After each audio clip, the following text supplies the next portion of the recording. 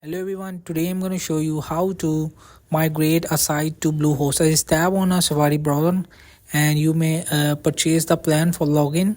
So if you want to buy the premium or subscription of the Bluehost, please go through the link in descriptions and here you will see the migrate. So service migrations are tailored to your website. Receive one-on-one help reviewing your site before and after the move, plus receive site design and promotion.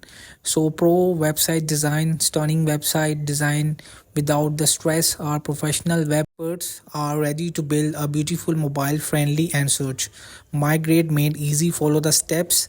Number one, select your plan and create a Bluehost account. Second, next go to the migration services page in our Bluehost marketplace. Enter the name of the site of your plan, migrate, and much more. Step 3, in your Bluehost dashboard, download the free migration option.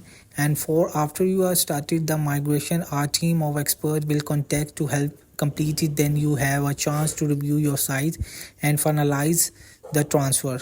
5, once your migration is done, you will be ready to connect your domain to your new website and point your DNS where the happy to guide you through that. So hope this video helped you. Please don't forget to like and subscribe and get notified for more videos.